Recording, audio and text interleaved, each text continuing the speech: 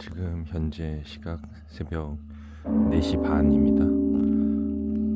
백장사의 스님들이 아침에 예불을 위해서 일어나실 시간이죠. 모두 다 이제 대웅전으로 모이라는 그런 법종을 치고 계십니다.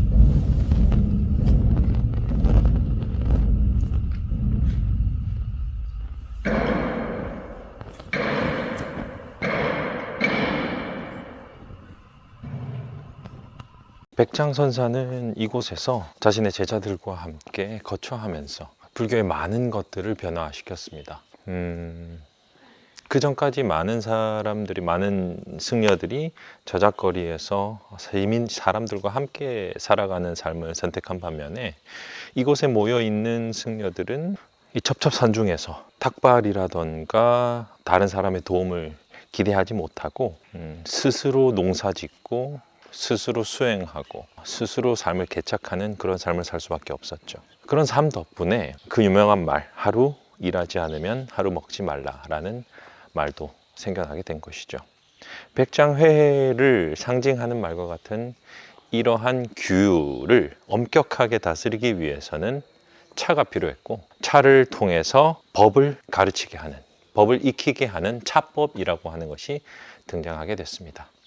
여기 뒤에 보이는 이곳이 백장회해 선사를 모시는 회해당이죠. 바로 뒤에 보이는, 바로 제 앞에 있는 이 대웅전을 뒤로 하고 있는 이 아름답고 소박하면서 웅장한 이 건물에서 백장회해가 이 백장사의 전경을 내려다보면서 우리에게 여러 가지 가르침들을 여전히 주고 있는 것 같습니다. 그러다 보니 이 산사에서 지내는 스님들은 바쁠 수밖에 없었겠죠.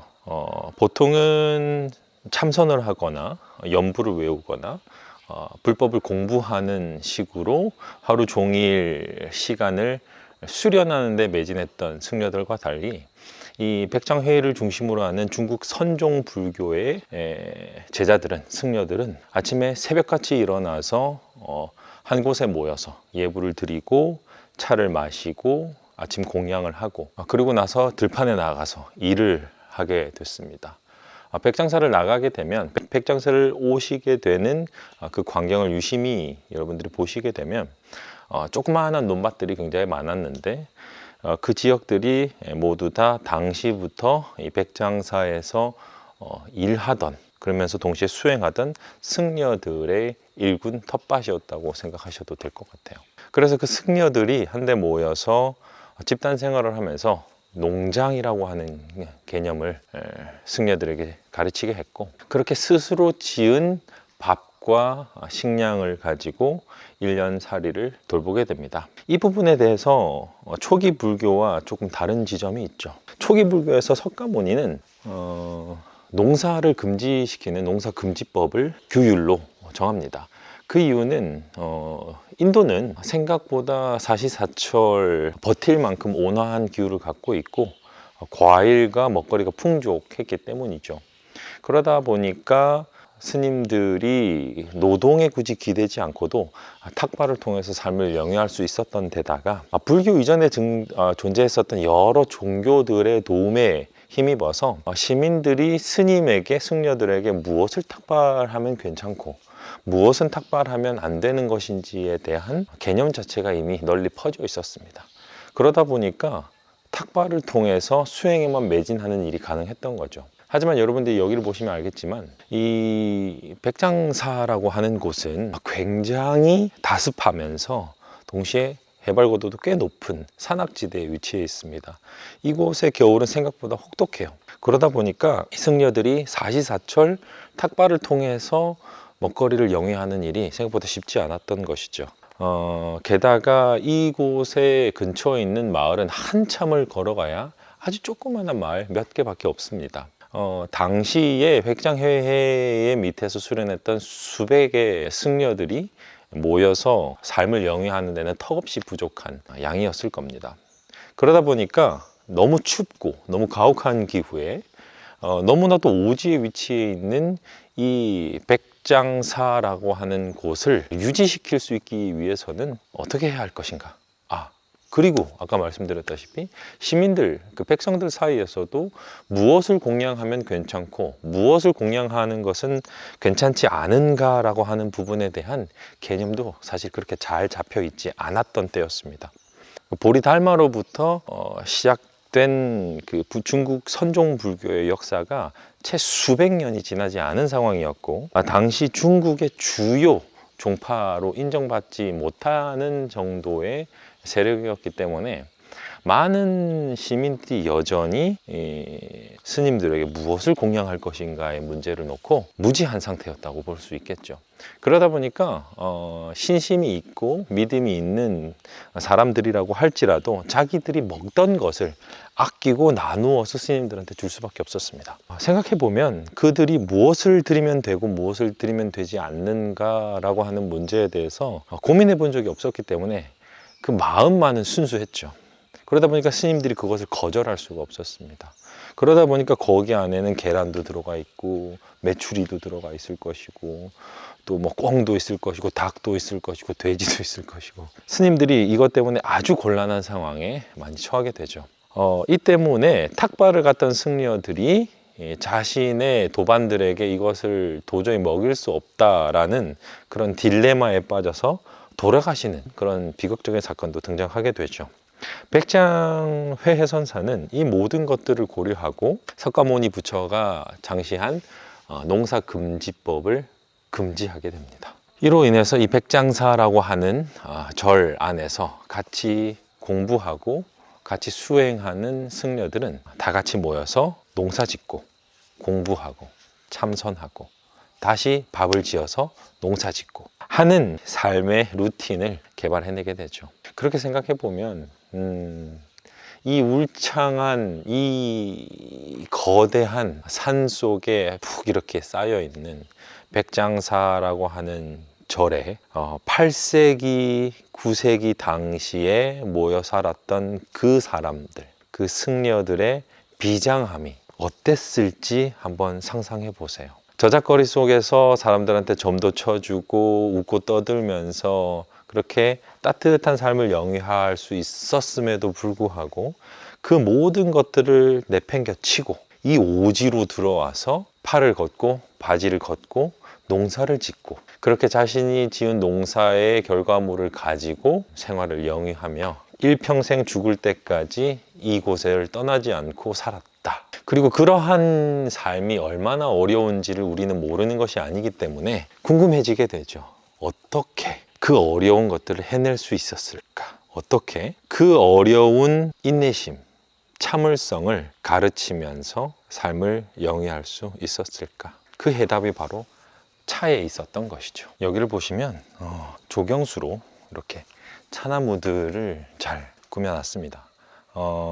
백장사에 오게 되면 군데군데 이렇게 나지막한 높이의 키를 가지고 있는 차나무들을 많이 볼 수가 있어요. 여러분들 생각해 보시면 차라고 하는 것은 백장선사 이전 시대에도 당연히 존재하는 것이었습니다. 백장선사 때 와서 비로소 차가 불교에 들어왔다던가 스님들이 차를 마시기 시작했다던가 그렇게 말할 수는 절대로 없어요. 그 이전에 이미 7세기, 6세기 기록을 보면 이미 스님들이 종종 차를 즐겨 곁에 두시는 그런 이야기들이 있죠. 가령 태산에 살고 있었던 강마사라고 하는 스님, 항마선사라고도 알려져 있어요. 그런 고승 같은 경우도 역시 차를 즐겨 마셨다라고 하는 그런 기록이 있습니다. 잠을 쫓기 아주 훌륭한 도구이기 때문이죠. 생각해보면 이 차를 통해서 수행을 조금 더 윤택하게 혹은 수행을 좀 더 잘 할 수 있게끔 돕는다라고 하는 그런 사실은 틀리지 않은 것처럼 보여요. 과학적으로도 그렇죠. 하지만 옛날 사람들이 이러한 과학적인 지식이 있어서 차를 즐겨 마셨던 것은 당연히 아닐 겁니다. 그보다는 보다 경험적인 차원이었겠죠. 규율을 잘 다스리기 위해서는 첫 번째로 체계가 잘 잡혀 있어야 되고 일사불란하게 움직일 수 있어야 하겠죠. 그래서 백장회해 선사가 선택한 방식은 모두가 모여서 차를 마시는 차회라고 하는 것이었죠. 그리고 모두가 모여서 마시는 예불을 하면서 혹은 공양을 하고 마시는 차회뿐만이 아니라 일상생활 곳곳에서 여러 가지 상황에 걸맞는 차회, 차법을 통한 차회를 만든 것, 이것이 아주 잘 먹히는 방법이었던 겁니다. 백장회해가 선택한 여러 가지 차법과 여러 가지 차회의 형식은 아주 다양하고 복잡하기 때문에 백장선원청규 차법이라고 하는 서적, 그러니까 문헌을 통해서 우리가 잘 확인해 볼 수 있죠. 백장선원청규 차법에 관한 아주 상세한 기록물은 차와 문화라고 하는 격월간 잡지가 있어요. 거기에서 현재 연재 중에 있습니다. 관심 있으신 분은 한번 찾아보시길 바라고요. 그런 차회 중에서, 차법을 통한 차회 중에서 아주 우리가 주목해 보아야 할 부분 중에 하나는 예당태위라고 하는 구절이죠. 예당태위는 어디에 등장하는 어떤 내용이냐면, 방장스님을 포함해서 차는 기본적으로 윗사람이 아랫사람에게 내려주는 형식입니다. 물론 아랫사람이 윗사람을 모시기 위한 차법도 당연히 존재를 하죠.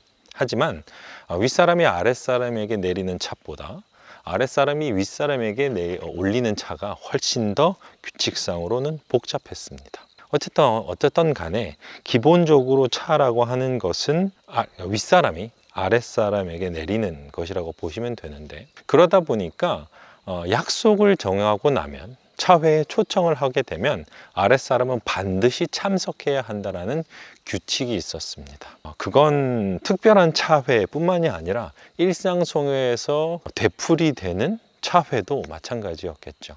아까 말씀드렸다시피 백장회해는 자신들의 제자들을 규율로 다스리기 위해서 모두가 모여서 새벽에 예불을 하고, 그리고 차를 마시는, 그리고 그 새벽 동안에 마시는 차, 생각해 보시면 당나라 시절에 마셨던 차가 얼마나 지금에 비하면 어설프고 엉기성깃하고 또 굉장히 쓰고, 그렇죠? 그랬겠죠. 뭐 마시면 속도 아프고 쓰리고 그랬겠죠. 새벽 4시, 5시 이럴 때에 이루어지는 차 공양이라고 생각해 보시면 빈속에 마시는 차가 얼마나 속이 아플지 상상하실 수 있을 겁니다. 그래서 등장하게 된 개념이 차약이라고 하죠. 우리는 다식이라고 요즘 부르죠. 차 마실 때 곁들여서 먹는 예쁘고 아름답고 맛있는 한입거리, 그렇죠? 원바이트라고 하죠. 그걸 옛날에는 다식이라고 부르지 않고 차약, 차를 마실 때 속을 다칠 수 있기 때문에 다치지 않도록 만들어주는 약이라는 뜻이죠. 그래서 이렇게 새벽에 모여서 차를 마시는 차회 규정 역시 방장을 중심으로 해서 이루어지는 하나의 약속이고 차회입니다. 당연히 모든 사람들은 여기에 의무적으로 참석해야 합니다.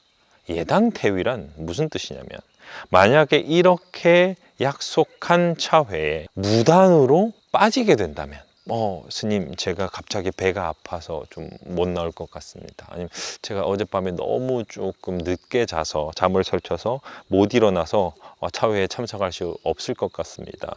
라는 규칙이 통하지 않았다는 거예요. 그렇다면 이 선언을 나가라. 바로 그것이 예당퇴위라고 하는 규칙입니다. 아주 엄격했죠. 그렇게 차법을 통해서 규율을 잡고, 두 번째, 그렇게 만들어진 규율을 유지시키기 위해서는 무엇이 필요한가? 바로 솔선수범이죠. 백장회해 선사는 말년에 아주 노년이 되어서도 하루 일하지 않으면 하루 먹지 않는다라고 하는 자신이 정한 그 규칙을 한 번도 깨뜨린 적이 없다고 합니다.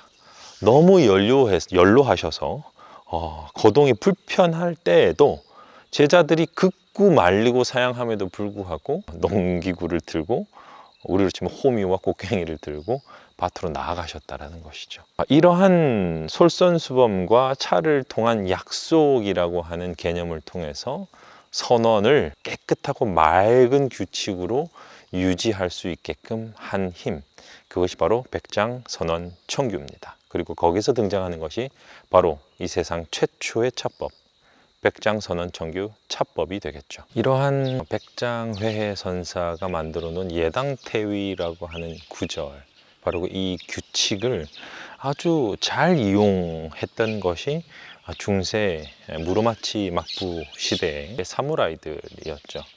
중국 선종 차법을 그대로 일본으로 이식한 이후로 일본의 사무라이 계급에서 주로 유행했었던 쇼인지쿠리 차법에서 예당태위라고 하는 구절을 어떻게 보면 악용하는 방식으로 이용하는 케이스도 등장하죠. 왜냐하면 이 예당태위라고 하는 구절에서 느낄 수 있는 바처럼 상명하복의 기본적인 결이 이 구절 안에 들어있기 때문이죠. 사무라이들과 정말 무사계급들과 정말 잘 맞는 그런 어울리는 느낌이겠죠. 그러다 보니까 사무라이들은 쇼인지쿠리 차법에서 상급자로서 하급자를 초대하는 차회를 베풀고, 그리고 그 자리에 반드시 참석할 수밖에 없는 숙명의 하급자들을 여러 가지 방식으로 응징하는 그러한 배단이 한때 유행하기도 했습니다. 어떻게 보면 백장선사가 전혀 의도하지 않았던 방식으로 역사가 흘러간 케이스라고도 볼 수 있겠죠. 근데 이걸 뒤집어서 생각을 해보면 그만큼 차를 통해서 집단의 규율을 익히고 개인의 욕심을 절제시키는 효과가 차라고 하는 것이 탁월했다는 것을 알 수 있죠. 그렇게 생각을 해보면 차와 선이라고 하는 것을 최초로 결합시킨 선차라고 하는 것은 말 그대로 선언, 청규, 차법의 줄임말이죠. 그래서 선과 차를 최초로 결합시킨 중국 선정불교의 조사였던 이 백장선사, 백장회해 선사의 가르침에 대해서 우리가 한번 곰곰이 생각해 볼 필요가 있을 것 같습니다.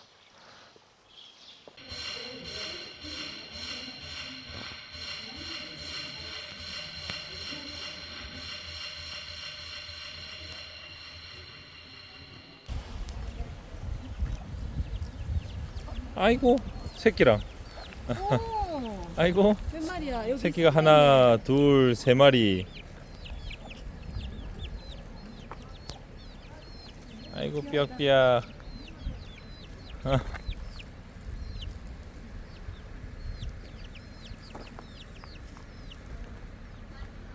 귀여워라.